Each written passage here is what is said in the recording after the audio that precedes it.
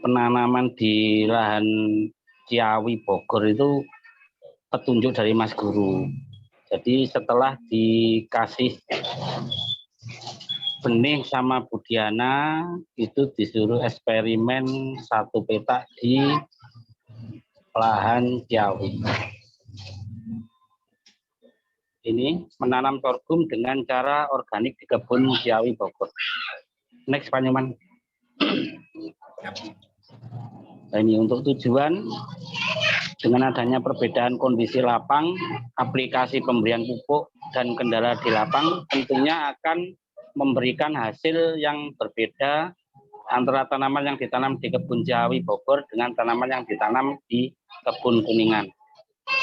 Kemudian tujuan kedua itu dengan praktek percobaan penanaman sorghum ini diharapkan akan didapatkan cara-cara yang tepat dalam penanaman secara organik dan langkah antisipasi untuk mengatasi kendala yang terjadi di lapang. Jadi sebenarnya tujuannya ya sama seperti Pak Agus itu, kita pulihkan dulu tanahnya dulu. Jadi tanahnya itu sebelum ditanami, sebelum diolah itu dikasih bahan-bahan organik dulu agar membentuk ekosistem. Jadi kayak cacing, kayak pengurai itu yang masuk bahan-bahan organik itu dimasukkan ke dalam petakan yang akan diolah menjadi lahan sorghum. Next, Pak Nyoman.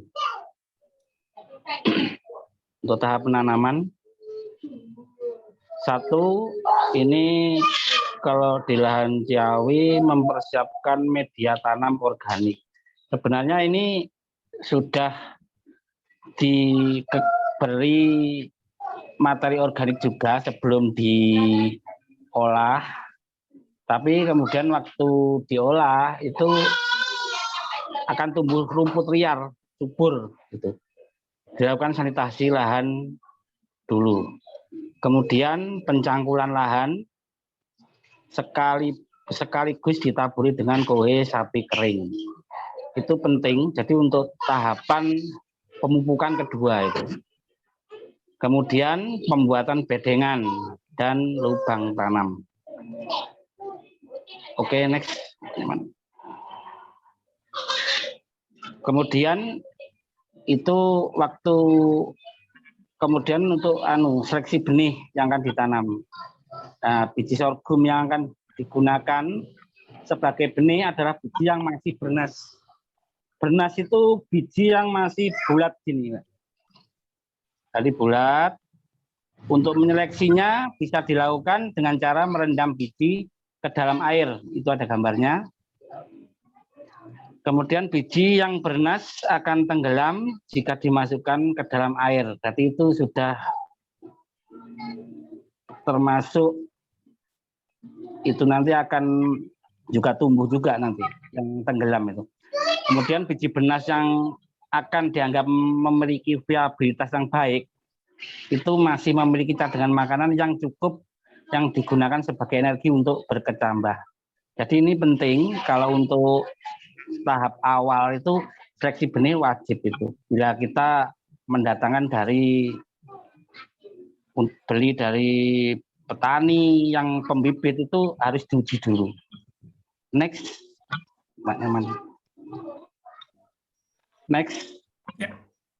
Kemudian ketiga, penanaman benih sorghum. Nah ini, benih ditanam di lubang tanam pada bedengan dan ditutup dengan pupuk organik padat yang telah dicampur benih bayam liar. Benih bayam liar ini karena di lahan Ciawi itu endemi belalang.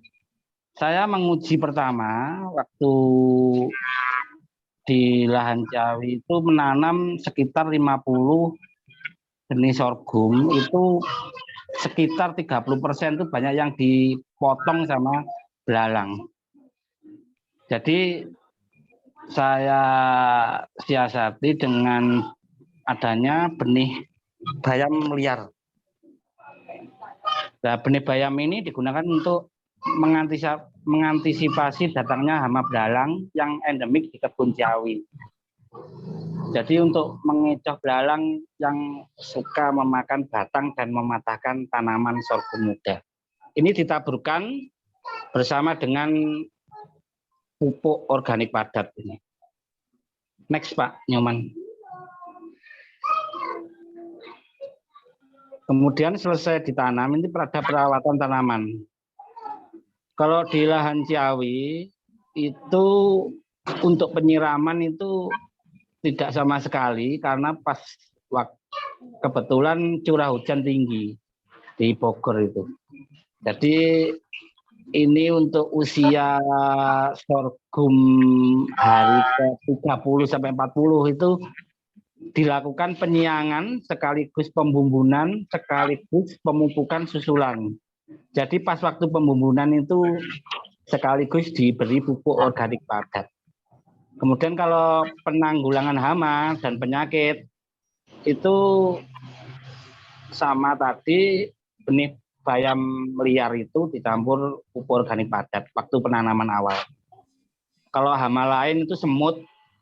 Semut itu ada lubangnya di bawah pohon sorghumnya itu, tapi saya tidak fokus ke hama semut itu karena untuk buahnya masih aman. Jadi kemudian untuk burung tidak sama sekali. Biasanya sorghum itu hama yang paling utama itu burung. Next Pak Nyoman. Nah ini foto tanaman bayam yang berada di sekitar tanaman sorghum. Ini untuk pengecoh belalang. Nanti bisa diaplikasikan di lahan sorghum bisa. Oke, next. Nah, ini tanaman sorghum yang usia antara 30 sampai 40 ini. Nah, ini sudah dibumbun, kemudian sudah diberi pupuk organik padat dicampur. Jadi fungsinya agar tanaman tidak mudah roboh. Jadi kalau usia 30-40 itu rawan memang tanaman roboh itu rawan. Oke, next Pak Nyoman. Untuk pertumbuhan tanaman dan temuan di lapangan. Next. Nah, pertumbuhan tanaman bahwa dengan cara tanam organik sudah bisa diperoleh tanaman sorghum yang sesuai harapan, yaitu dengan kita melakukan pemupukan 3 kali. Pemupukan dasar itu waktu pengolahan lahan. Sebenarnya ada awal lagi dengan memulihkan ibu bumi itu ada pemberian kohe sapi. Kalau di lahan Jawa itu ditaburi, kohe sapi itu ditaburi di semua lahan yang perlu digarap itu, yang akan diolah. Tapi harus dibiarkan selama kurang lebih 1 bulan. Jadi akan tumbuh rumput liar, akan ada cacing juga gitu, cacing, mikroorganisme itu ada semua di situ. Kemudian ada lagi pupuk susulan untuk sorghum itu ya, umurnya ya 30 hari, 35 hari lah setelah tanam itu sudah bisa itu. Dikasih sekalian sama pembersihan rumput sama pembumbunan sekalian. Kemudian untuk hari ke-75 itu pemupukan daun. Nah, itu pemupukan daun itu kita menggunakan POC. Kalau di lahan Cawi saya cukup membawa ini air cucian beras. Nah, air cucian beras ini saya kocor, model saya kocor, itu aja. Karena sorghum tidak membutuhkan nutrisi yang begitu ekstrim, itu enggak. Biasa-biasa saja kalau sorghum itu. Karena kenapa? Kita awalnya itu kita sudah memulihkan tanah dulu. Baru pemupukan, selesainya hari ke-75 setelah tanam itu pemupukan daun untuk pakai POC. Nah itu sebagai bahan pembanding, ini adalah tanaman sorghum milik Budiana yang ditanam di daerah Gunung Putri Bogor. Next, ada fotonya. Nah ini fotonya, ini Mas Guru yang foto-foto ini di tanaman sorghum milik Budiana di Gunung Putri. Kemudian ini yang tanaman sorghum eksperimen di Kebun Ciawi. Ini tinggi, ada yang tingginya 3 meter juga ini yang di Kebun Ciawi. Tuh, next. Kemudian untuk temuan di lapang. Jenis hama yang menyerang di lapang itu belalang. Kemudian ada semut. Kemudian ada cabuk. Cabuk itu menyerang daun. Menyerang daun itu. Biasanya daun pada waktu usia kurang lebih ya 60 hari ke atas itu cabuk itu. Tapi tidak mempengaruhi untuk pertumbuhan buah sorghumnya. Untuk yang kedua, dari benih yang ditanam terdapat beberapa sebaran sifat. Jadi benih yang saya terima dari Budiana itu ada berbagai ada 2 macam, yaitu sorghum beras dan sorghum ketan. Kemudian ada tanaman tinggi dan tanaman pendek. Jadi ada 2 varietas juga itu sorghumnya. Makanya nanti selesai panen ini akan saya seleksi. Kemudian yang keempat ada malai dengan biji-biji yang bernas. Ada malai dengan biji-biji yang sebagian kopong. Ya, kayak gini fotonya yang kopong. Yang kopong. Yang kopong pendek ini. Sorghum pendek kopong. Jadi nggak ada isinya. Ini kopong, nggak ada. Ada isinya cuma beberapa aja. Kemudian ada yang tanaman tinggi kopong. Ini tanaman tinggi kopong. Nah, ini kopong. Jadi ya nggak ada. Fertil namanya kalau bahasa pertanian. Kalau yang sesuai untuk beras itu gini, besar. Ini contoh untuk beras. Jadi malainya itu besar, sempurna. Ini sorghum beras. Jadi kalau ini dibuat dibibit lagi, ini bisa 1/4 petak itu bisa ini. Intinya bijinya bagus ini. Kemudian yang dibuat untuk benih itu yang sempurna bulatannya ini. Benar-benar bulat. Ini dibuat benih lagi. Jadi ini nanti ditanam lagi bisa ini. Tapi harus kering.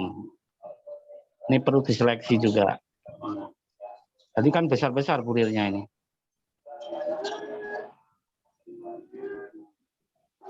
Ini.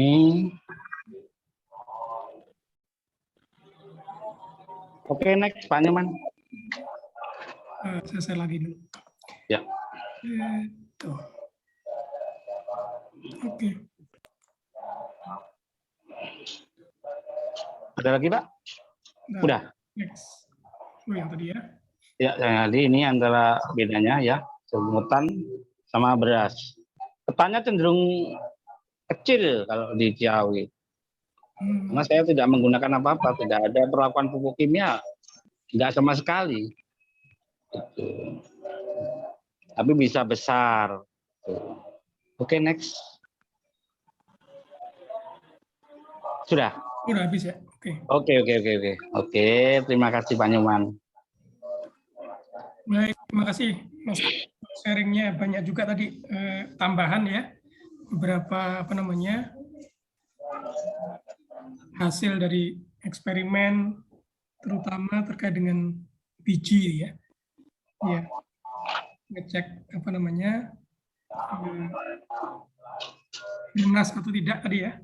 Iya. Yang kaitannya dengan expired juga mestinya Mas Gatot ya. Ada Pak.